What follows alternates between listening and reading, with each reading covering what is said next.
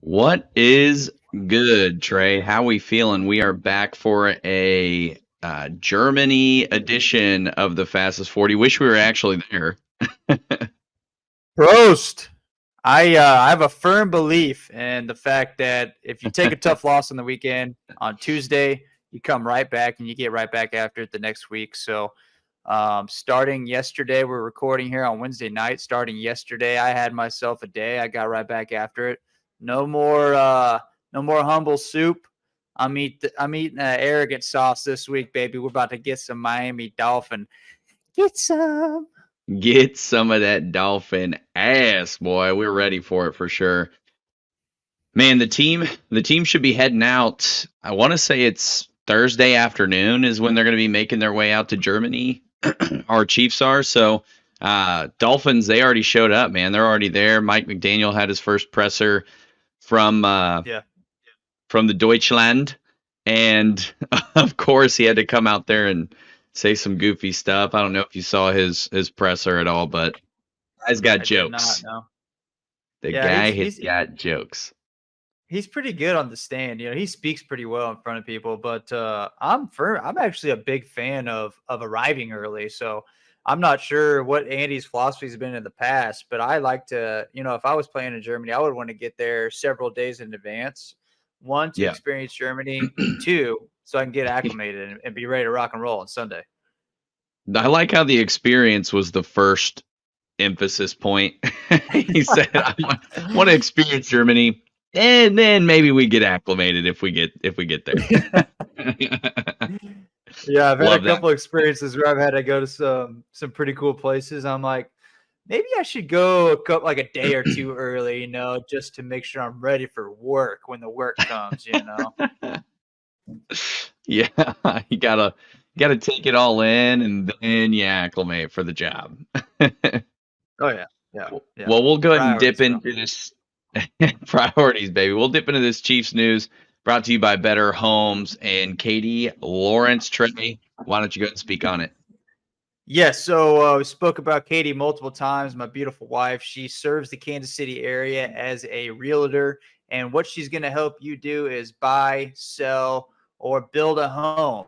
So she's going to find the best deal for you, the best house that you're looking for, all the rooms, all the baths, the full basement, whatever you're looking for, the property.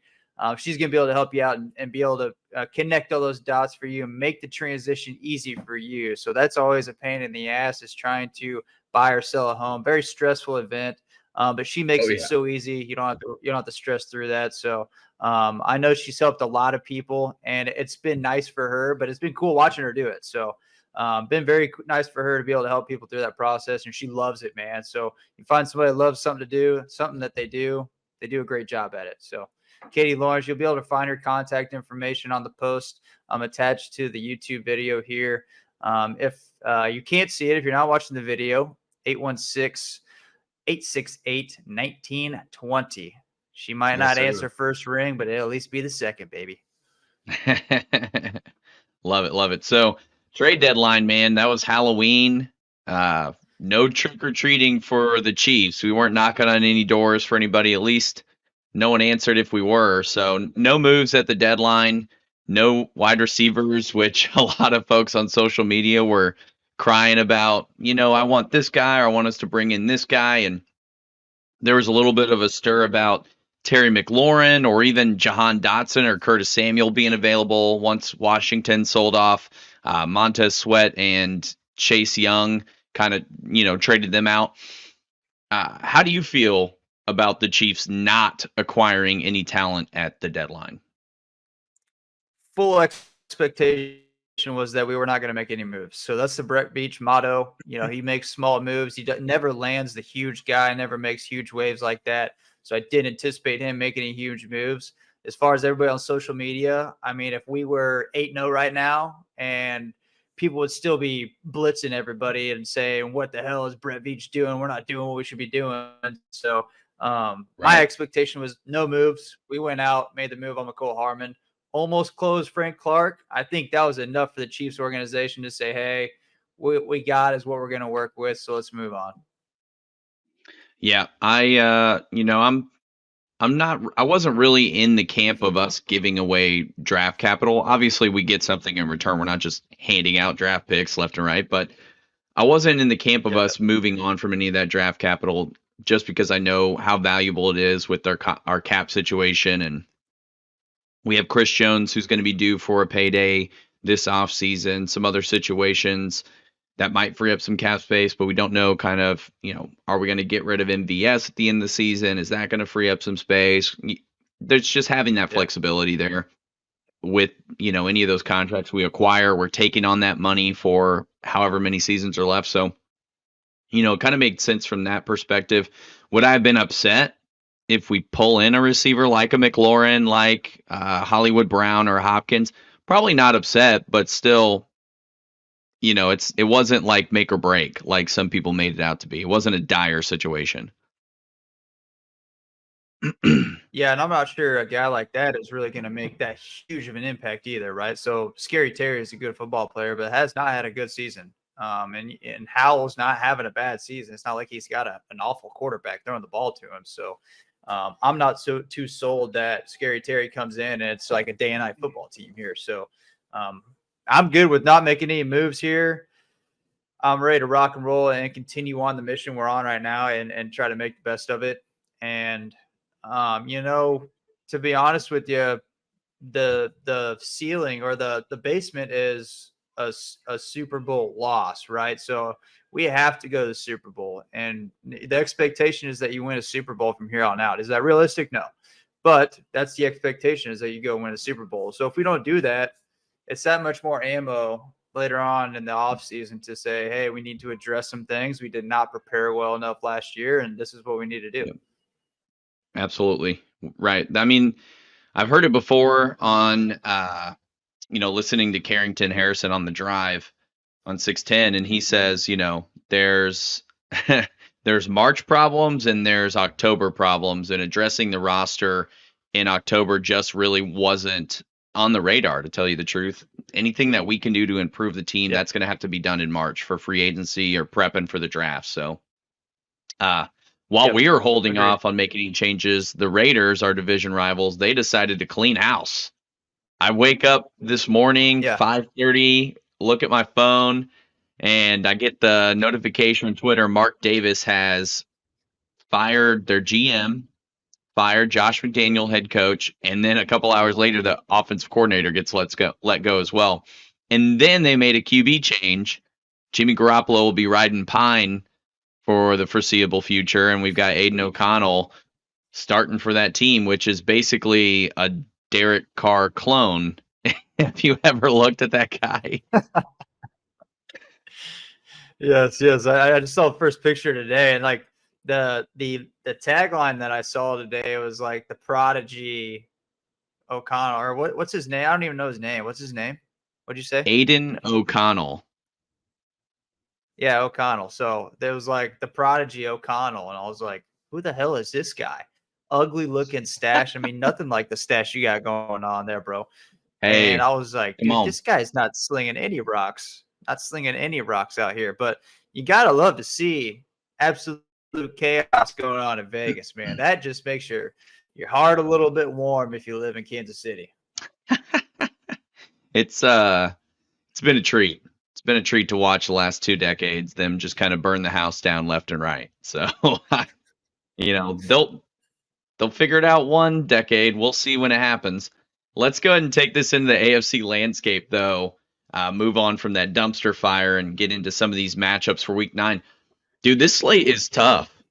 You're either getting some really good teams matching up against each other, or you've got some teams that are kind of middling or bottom tier teams where, I mean, if you're betting, I don't know who to pick.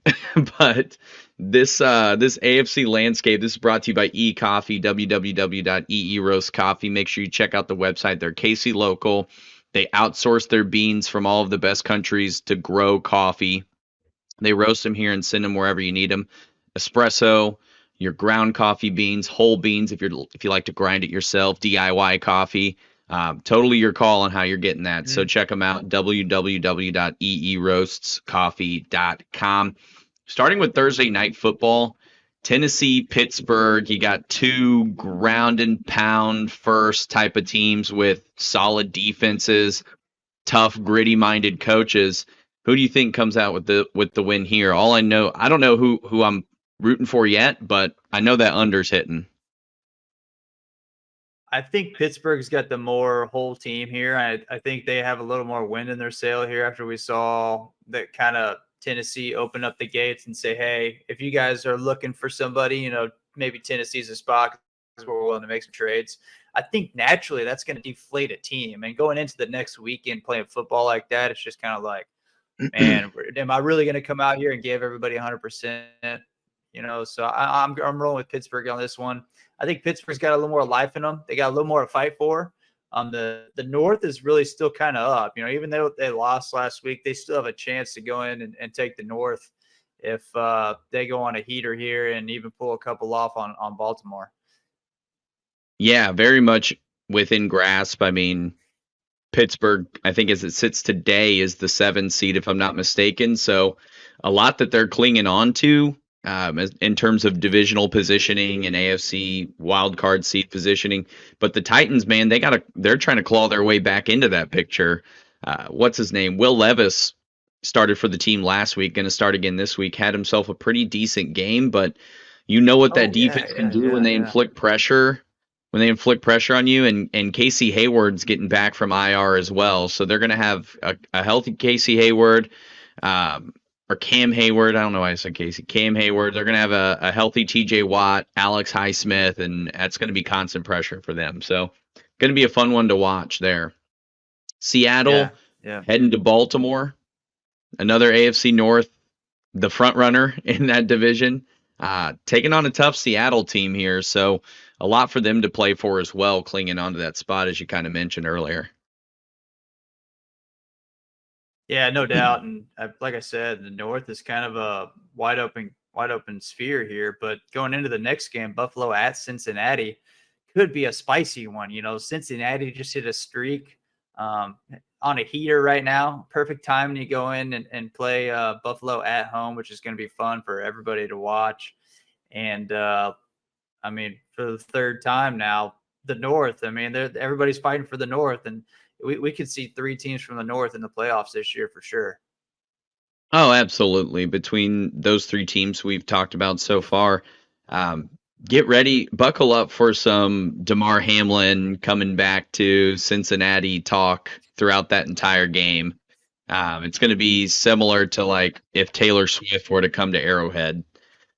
So just be prepared for some of that. But I am ready for these fireworks, man. I think one interesting thing to watch here is that Josh Allen did not practice today because of that shoulder injury that he's been dealing with. And, this might be just a maintenance thing, prepping him for the game against Cincinnati this weekend and making sure he gets the right rest and treatment on that shoulder. But if he's not coming in 100%, that's going to be tough for them, for this Buffalo team. They've kind of hit they've been on a bit of a schneid last couple games, minus that win against the Buccaneers.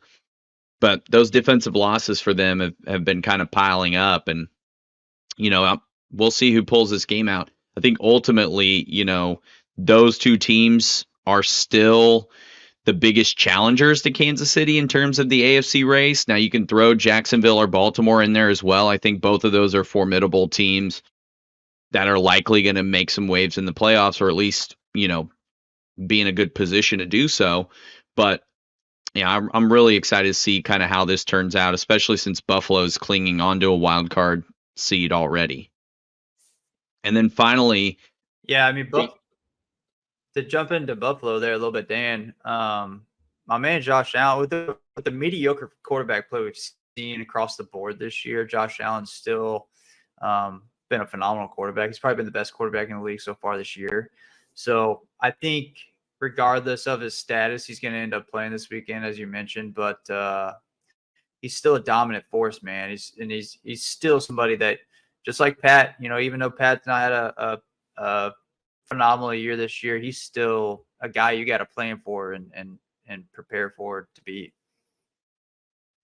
Oh yeah, Cincinnati would be foolish to overlook Josh Allen, if that is the case, So there's a lot going on there. And then with the game, the Jets hosting the Chargers, that that's going to be an interesting one. The Jets have proven they're a tough out, right? They're a difficult team to beat. And the Chargers, defensively, they really haven't been that impressive. This is going to be in New York, so who knows with the turf field and what kind of situation that's going to bring. But, the Jets, if they're able to get Breece Hall going against this lackluster Chargers defense, and the Chargers, for whatever reason, allow a bunch of pressure on Justin Herbert, I could see the Jets pulling away with this one. And the Chargers, man, they need every win they can get right now. Yeah, absolutely. They I think there's a little life in the West right now. Feeling good that the Broncos kind of pulled things off, and maybe the Chargers are feeling a little bit of life there. So I could see them playing a pretty solid game, and Jets have just kind of won games. They haven't looked too solid, but they've put together some games and put some dubs on the board. Yeah, they definitely have. So, bunch of good AFC contenders to watch, some tough matchups in the NFL this week. Like I said, and throwing the Dolphins and Chiefs game into that mix. You got 5 solid games in terms of determining the AFC positioning for the playoffs and what that race is going to look like. And we could see a big shakeup in the standings, depends on what unfolds. So really excited to jump into the game here. This game preview as a whole is going to be presented to you by the Atlas Saloon. So the Atlas Saloon, built in 1894. Schlitz built the building, just to give you the full background on the building, but very much a saloon vibe. We got to spend last Sunday in the Atlas building, and you can just feel the history in there whenever you're enjoying a Chiefs game, drinking some of the beers that Keith started brewing there back in 2018. They've got 10 different varieties on tap. Scottish ale being the number 1 rated of those varieties. A lot of excitement in there, especially on a Sunday, watching the Chiefs and getting the whole community. It seems like everyone kind of rallies around the Chiefs in there a little bit. We were even treated to a chili cook-off, which was pretty awesome. But some of the other events you can catch on Tuesdays, free pool. Wednesdays, you got your open mic night. They get a lot of participants there, so a lot of fun getting to hear some live performances. Thursdays, this is the day, right? Free beer if you wear your Atlas t-shirt. They are going to hook it up for you there if you make your way out there on a Thursday. And then, of course, you got your game day Chiefs party on Sundays or anytime the Chiefs are playing. So a lot of fun out there in Excelsior Springs at the Atlas Saloon. If you make your way out there for a game or for a casual night of drinks or just to enjoy the small town of Excelsior Springs and all of the fruits that they have to offer there, make sure you tell them that Trey and Dan from the Fastest 40 sent you over there. Injury report. Getting into the game, my friend. How are we looking? So Jerick McKinnon, little tweaked groin, and for a guy that played some damn good football last year, I'm looking for Jerick McKinnon to kind of have a hell of a second half of the season here. Anticipate Jerick McKinnon playing this weekend. Willie Gay. You talked about him a little bit on Monday, kind of the limbo area the Chiefs are going to be in on whether he's going to travel or not. I don't know, Dan, did he practice today? No practice for Willie Gay, unfortunately. And we talked about how the Chiefs still haven't left yet. That might play a factor into it, right? Trying to get some of these other guys healthy so that they can get on the plane and come out to the game. But we did bring in Darius Harris, a linebacker that we had on our Super Bowl run last year, to provide some more depth there with Leo Chenal and Drew Tranquil. So I think everything's up in the air right now, but my hope is we get Willie Gay. I think the team's hope and Andy Reid's hope is that we get Willie Gay back. And if we don't, we've got plan B laid out with Darius Harris. So with the Dolphins side of things, Devon Achane still on IR. So no activation yet. They haven't opened his window to practice. So I think we can expect not to see him in the backfield with Raheem Mostert, Jeff Wilson, and what's his name? Ahmad. Those guys kind of taking on the bulk of the work for the Dolphins. Teron Armstead, their left tackle, this is going to be interesting. They opened the 21-day window for him to return from IR. The team did leave. I do not know if he traveled with the team, but he did practice before they left. So I'm not entirely sure what's going on with him. My guess is he probably won't play since they just opened the window. Typically, you get a week of practice in, you sit out that next game, and then you come in the following week. But with the Dolphins, they are getting that bye. I think it just makes a lot of sense for him to get those extra couple weeks and get ahead of that 21-day window and start that activation process. And then Xavier Howard and Javon Holland, 2 defensive backs for their team, they missed last week. They are trending towards playing, so expecting to have a healthy secondary with the return of Jalen Ramsey last week as well for the Dolphins. So all things considered, they're pretty damn healthy over there. Yeah, I think coming into a game like this, if you have a guy that's 85%, 80% that may sit out for a game, I think, with the Dolphins wanting to having that monkey on their back of, can they beat the big guy? Can they beat a decent football team? I think those guys that are sitting around 80, 90%, those guys are going to be for sure goes to try to put on the workhorse against the Chiefs this weekend. 100%. Let's get into some of these best bets, man. We have a lot of good information here for you, some deep diving into some of these stats. Take a little bit of a different approach instead of just throwing you some lines and some totals. There's some facts we were able to dig up this time around. So the Chiefs, neutral site. Okay. So there's no 3-point cushion for home or away. That kind of factors into the spread here. Kansas City favored by just 1.5. We have covered the spread 5 out of 8 games. Dolphins, they've covered 6 out of 8. It's going to be a close one, I think. So makes a lot of sense for this spread being just 1.5. Basically a pick 'em. Yeah. And then you've got your point total. So 50.5 seems a little rich for my blood. I'm probably going with the under, even with the high-powered offense of the Dolphins and, what the Chiefs are capable of. We haven't really seen it. We're averaging like 23 points a game.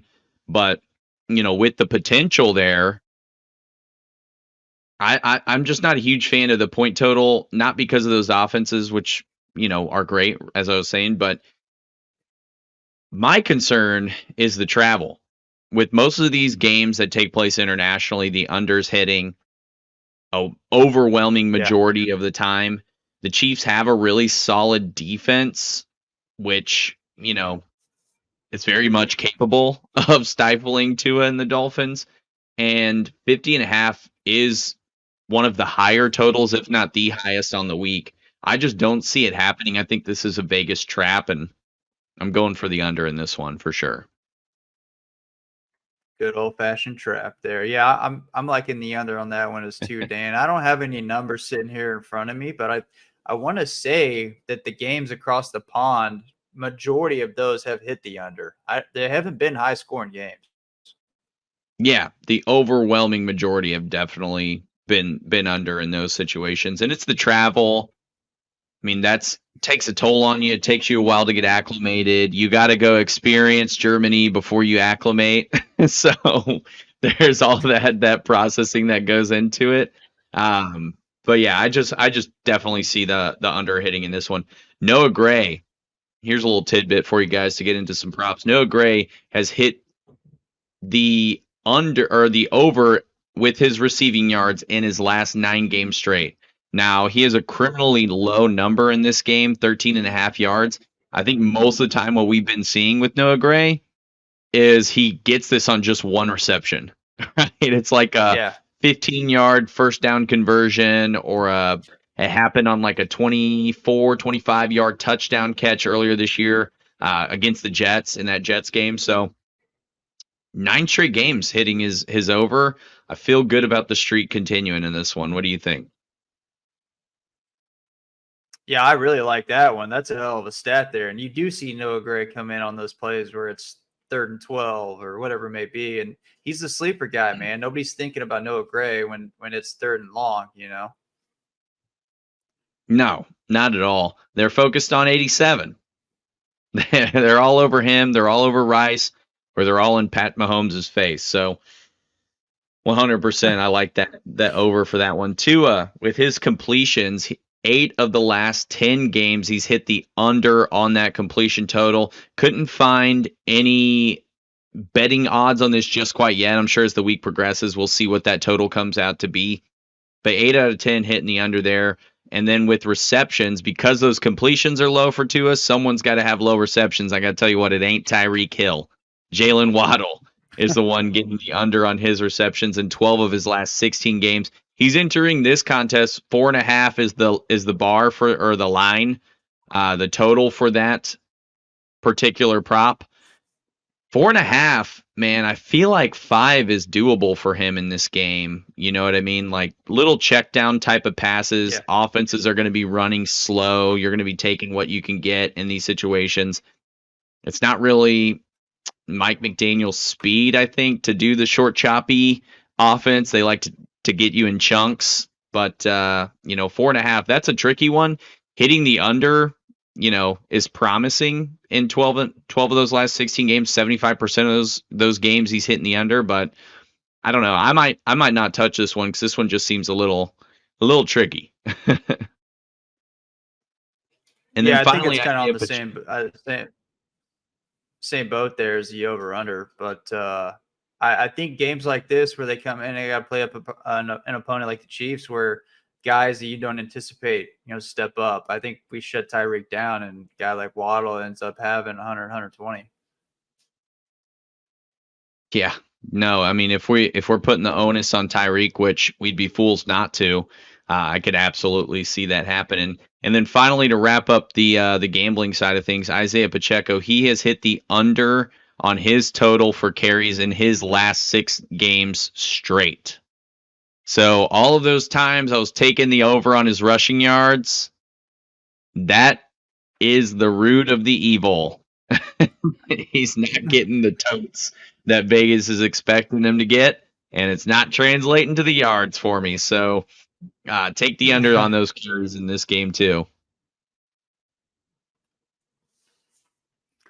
Yep. All right, Dan, let's jump into some news here as we go into the game here. Chiefs' first game in Germany. There was a lot of conversations in the offseason about whether the Chiefs were going to be the team to play in Germany and who we were going to play. So here we are. We were due for a over the pond game here. So first game in Germany, Chiefs for the Chiefs. How do you feel about missing the Tyreek reunion, man? I got to tell you, it's a little bit of a bummer. I was really excited. I've actually never seen the Dolphins play in person. I've got like a bucket list item, watch all 32 teams in person, and then also visit all of their stadiums too. So there's 2 separate lists. But I've never seen the Dolphins play in person. So I was really excited for that coming out on the schedule, knowing we were going to get them, knowing Tyreek was going to be coming back. There was a lot of buildup in my head for how this game was going to go. And then Germany gets thrown out there, and it's like, damn, it's either going to be this Dolphins game, the Bears, or the Lions, which all 3 of those teams I had not seen play in person. I was like, of course, it's going to be one of these teams because they're not taking the Eagles or a divisional game or the Bengals away from Arrowhead, right? Or the Bills. It's just not going to happen. So I knew we were going to miss out on one of these 3 teams, and of those 3, the one I wanted to go the least was the Dolphins. And so here we are. They're going to Frankfurt, I think, or Munich or something like that to play this game. And it is a bummer missing out on the Tyreek Hill reunion. Getting to see him play in Arrowhead would have been pretty awesome. Getting to see him come back. I feel like he probably would have had a better game than whatever kind of game he's going to end up having in Germany. So I guess that's a little bit of a plus side or a silver lining you can put around that cloud. But with missing out on the game, it definitely is a bummer for sure. But cool to see them grow the game. I'm a proponent for international games as a whole, even though it costs us a home game every now and again for the Kansas City Chiefs, and probably going to be a reoccurring thing. But anything we can do to grow the game, I think with these international games, a little plus that's come of it is that we're going to get football in the Olympics in 2028. I know it's flag football, but it's at least a step in the right direction. So I think that's, a plus that we've gotten from these international games and that presence there. Yeah, just be like a bunch of added Pro Bowl games. That'll be so much fun. Well, what if they did the Pro Bowl in another country instead of taking our home games away? Would you be more on board with that? Yeah, I don't know, man. I haven't been sold on the international games, so I think it would take me a little bit more. Maybe like a expedition game in May or something. I'll play that one in Germany. I'm about that. Yeah, give me some What if we football had a and I mini don't get it. season in the spring? Yeah, all Give me, right. Yeah. Like a mini season, like 4 games in May or something. give me some tune-up games in July and then the preseason, and then we won't see all the stagnant play that we saw in the first couple weeks in the NFL here. Maybe that's what we need to do. Figure something out with the Canadian Yeah, Football League and start getting some scrimmages going with them. yeah, yeah. All right, man. All right, How Dan. did So the let's Dolphins talk win this game? technical here. Boom. Great minds. You know what they say. Yes, yes, I do know what they say. It's Tyreek. Tyreek's got to get involved. If Tyreek has a big game, I think that has a more of a factor of his physical play. It will have a mental factor, an emotional factor for the Chiefs as well. If Tyreek comes in and chews us up, and then on top of that, you have to mimic what the Broncos did last week on defense with the turnovers. That's such a huge deal. 5 turnovers cannot happen again for the Chiefs. If they want to win, they cannot turn the football over. So if the Dolphins want to try to pull one off here, they got to force the pressure on Pat, and they got to make him make mistakes behind the line of scrimmage. If he gets outside the pocket, he's going to be able to make some plays. So they got to capture him inside the pocket and bring him down to the ground. So that's kind of where my head's at with the Dolphins and how they're going to win the game. Yeah, for sure. I think, keeping Tyreek in check, winning the turnover battle, clearly, or getting Tyreek going, winning the turnover battle, clearly a recipe for success for them if they're playing the Chiefs. I think another thing that they can do defensively is force our wide receivers to beat their defense in some way, shape, or form, limiting Kelsey, limiting our rushing attack. If they can figure out a way to do that, there's a really good chance they come away with a win in this game. Pacheco has not really gotten it going since that Jets game. So I'm excited to see him maybe turn it up against this Dolphins defense. It's been a little bit lackluster in the rush game. But, if they're able to turn it on against him, maybe that secondary being fully healthy is going to be a benefit for them. Forcing the receivers to do more, limiting Kelsey, getting Javon Holland back is a big piece to that for them. So, we'll see what happens with that. But if they're able to accomplish those things, we may lose this one. On the other side of the coin, man, we got to win that turnover battle. I am not trying to ever see us do another 5 turnover game. It was incredibly frustrating. Now, I know one of them was like on a 4th and 30 pass that Mahomes threw, but he's already thrown 8 interceptions so far this year and lost a fumble on a strip sack. Yep. That is not the stereotypical Patrick Mahomes-led offense that we've been accustomed to seeing. I think his career high is maybe 12 interceptions. So, being halfway through the season, already seeing 8 on the board, they got to do something to figure that out, whether it's building confidence in their wide receiver group, getting him to communicate with those wide receivers a little bit better, running the right routes, getting them the confidence to catch that ball, or at least putting it in a position to where those wide receivers feel a little more confident to catch the ball.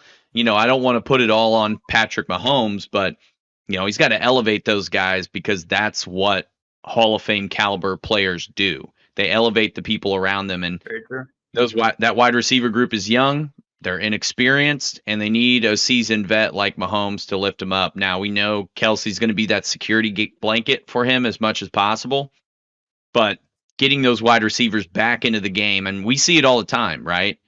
when a player has a big time whoopsie and an Andy Reid offense, his first order of business is restoring confidence in that player and putting the ball right back in his damn hands. So seeing them get that going for the Dolphins is going to be huge, critical even for us to win this game. Yeah, very good point. Now, I have one thing to add to that, and it's going to be bang the rock up the middle, man. I mean, we have to establish the run game in this football game. We have to control the clock with the run game. So, in order to beat the Dolphins, who are a high-powered offense, you got to keep those guys off the field, and that's going to be done with guys like Pacheco and McKinnon, and even if we got to get CEH involved there, if we need a rotation of guys, then let's do it. But they have to be effective from the run game. That's got to be a focal point for the Chiefs going into this game. Absolutely. I think defensively, pressuring Tua, getting him to make some bad decisions. We've seen what can happen when he gets pressured in that Jets game. He threw a few picks. Just applying that, getting our defense to do what they're supposed to do when it comes to, making that quarterback feel frazzled. And we all know what Spags can do with his blitzes, disguising coverages, sending those corners and those safeties into the backfield to wreak havoc.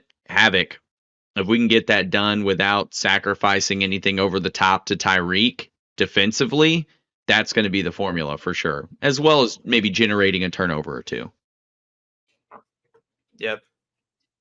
So we'll end the show with this question because I think it's a pretty important one. Knowing the stakes in the AFC, all of the division leaders are tied right now with some other contenders within their own division right on their heels, or the other division leaders being so close to one another, overtaking that one seed. We're just halfway through, but who needs this win more, the Kansas City Chiefs or the Miami Dolphins? I think it's the Chiefs, and I think it's because we were essentially broken down to nothing last week, and a team who really needs to reestablish themselves. If you're looking at the Dolphins, they have played good football, but they haven't really played a really solid team. So they're looking for the win against the heavy opponent, the heavyweight.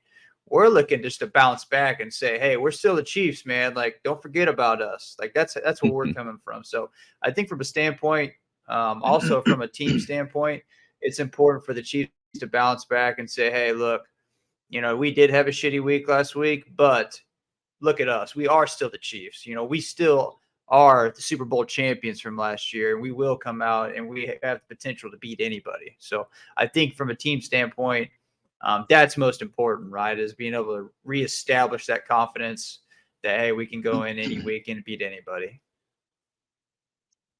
Yeah, I totally see that point for the Chiefs, especially with the nature of that loss against the Broncos, knowing all of the other factors that went into that loss, the streak that was broken, them being a divisional opponent, losing the one game lead that we had on that one seed. I mean, getting another AFC loss, there's a cascade of effects that came from that. I think the Dolphins have a legitimate argument as well. They're clinging on to a division lead. They've got the Bills on their heels. They have not had that statement win yet. Most of the teams they've beaten have been below 500 at the time that they beat them, and most of those teams still aren't above 500 at this point. So they don't have that statement win. So with a win here, that could really give them the leverage they need to build a decent resume. I mean, we look at resumes in March Madness every year when you fill out the bracket, who beat who, that kind of thing. If you were looking at the Dolphins right now, you don't feel too confident in them as a top seeded team heading into this year-end tournament where it's single elimination. So for the Dolphins right now, I think they have a legitimate case, but I totally agree with your point here with the Chiefs, right? We got to reestablish confidence and not let this snowball into something much worse than what it could be. So I'm riding with our boys, man. I feel really good about it. I think we have a precedent for the Miami Dolphins that they just haven't beaten a contender. So we got to maintain that for them. We got to maintain it.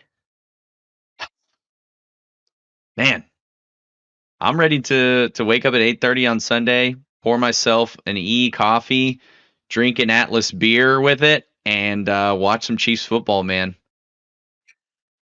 Hey, I'm ready too, brother. Let's go Chiefs. Let's go Chiefs. We'll see you guys next week. Peace.